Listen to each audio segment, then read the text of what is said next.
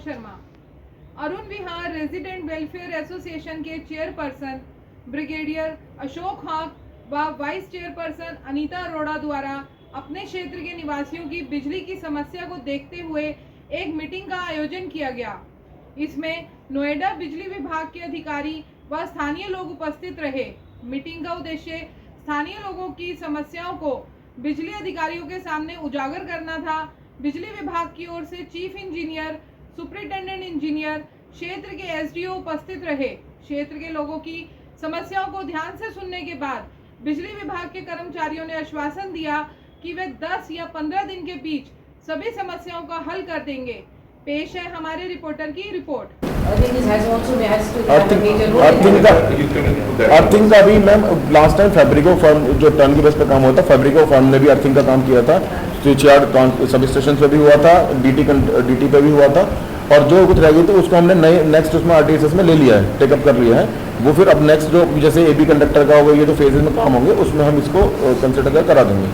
तो वो हमने ले लिया सारा, ये बल्क में अर्थिंग के हो गए, एबी कंडक्टर हो गया, पोल का हो गया, जो बड़े इश्यूज हैं वो सारे हमने उसमें टेकअप कर रखे हैं।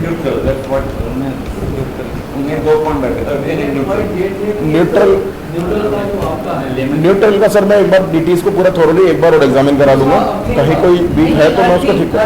अर्थिंग नहीं, अर्थिंग है, अर्थिंग ठीक है, लेकिन कहीं पर इश्यूज है सर, वो हमने उसको ले लिया है, तो अपनी योजना में ले लिया है, वो उसको थोरोली करा देंगे। उसको पोल्स का भी लिया है, अर्थिंग का भी लिया है, एबी कंडक्टर का लिया है।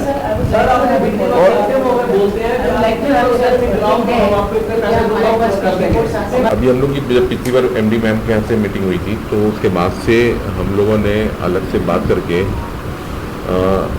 जो फंड्स की बात आपसे हुई थी, उसके अलावा लगभग 2 करोड़ रुपया और सिर्फ आरडब्ल्यू के लिए निकलवाए थे, और वो प्रोसेस में है, जो बहुत शॉर्टली हम लोग को मिलेंगे।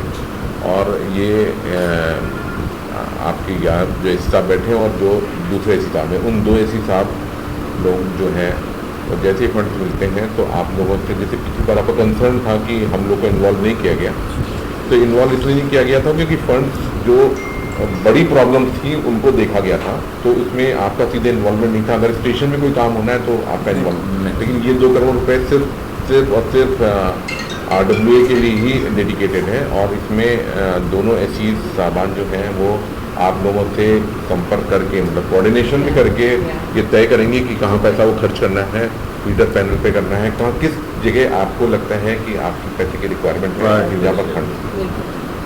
और मुझे लगता है कि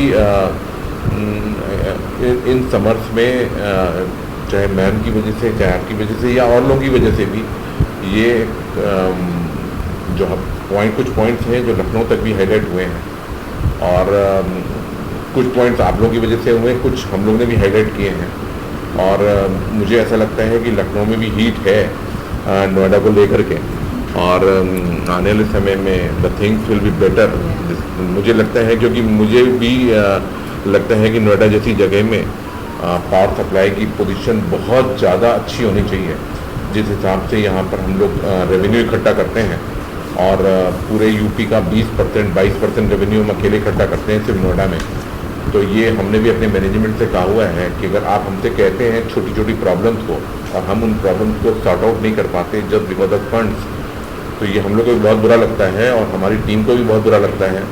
और तो हम लोग ने इसको फ्लैग कर रखा था, शुरू से कर रखा, अभी पिछले 15 दिन में अलग से फ्लैग कर रखा। इवन माननीय मंत्री जी से भी बात हुई मेरी, और अपने चेयरमैन साहब से भी बात हुई, और ये फ्लैग ऊपर तक है, और I think they are considering this particular funds issue को भी कंसिडर कर रहे हैं, और मुझे ऐसा लगता है कि आने वाले समय में नोएडा की पोजीशन बेहतर होगी, और जब नोएडा की बेहतर होगी तो डेफिनेटली होगी। रजीब मोहन जी और उनकी टीम का बहुत बहुत आभारी हूँ कि उन्हें अपना कीमती समय निकाल के, ये काफ़ी बिजी लोग हैं, काफ़ी रिपोर्ट में काफ़ी काम है इनका, वो निकाल के हमारे विनती करने पे, आग्रह करने पे यहाँ आए। लोग हैं यहाँ पर, किस प्रकार के लोग आ रहे हैं और कितने अभी तक यहाँ पर लोग आते हैं? 50 प्लस कर चुके हैं। 50 प्लस। तो ये जो आपने कैंप लगाया है, ये फ्री ऑफ कॉस्ट है, इसमें कुछ charge? Free of cost. Free of cost है जी।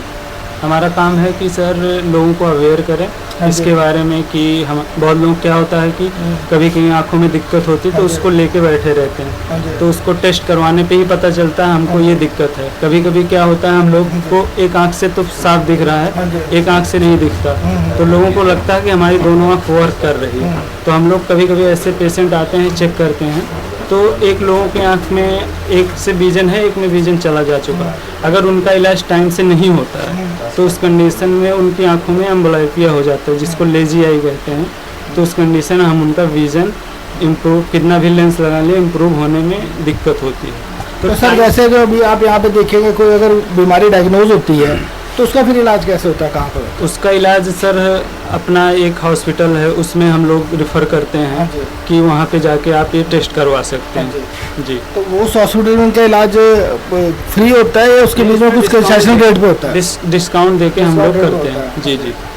तो वहाँ पे हर एक प्रकार की सुविधा है? सब सुविधाएं हैं वहाँ पे, जो भी किसी प्रकार के पेशेंट आए सब आई से रिलेटेड हर सुविधा वहाँ पे उपलब्ध है। जी मैम, ये जो कैंप लगवाया आपने यहाँ पर, इस तरीके के कैंप आपने पहले भी ऑर्गेनाइज किए कि ये पहली बार ही है आज? ये पहले भी हम इस तरह के कुछ कैंप्स और हम ऑफर करते हैं रेजिडेंट्स के जो एल्डरली लोग हैं अरुण विहार में हमारे 28-29 सेक्टर में। तो वर्वा उनको सपोर्ट और हेल्प इसी तरह से कराता है, कभी आई चेक कराता है, कुछ और भी मेडिकल कैंप्स हम करते हैं और आगे भी करते रहेंगे।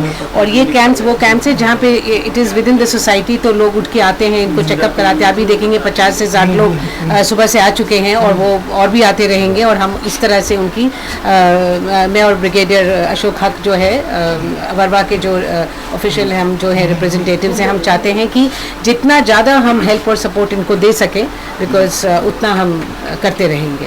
कोई और भी हेल्थ कैंप लगवाते हैं यहाँ पे किसी और भी प्रकार का?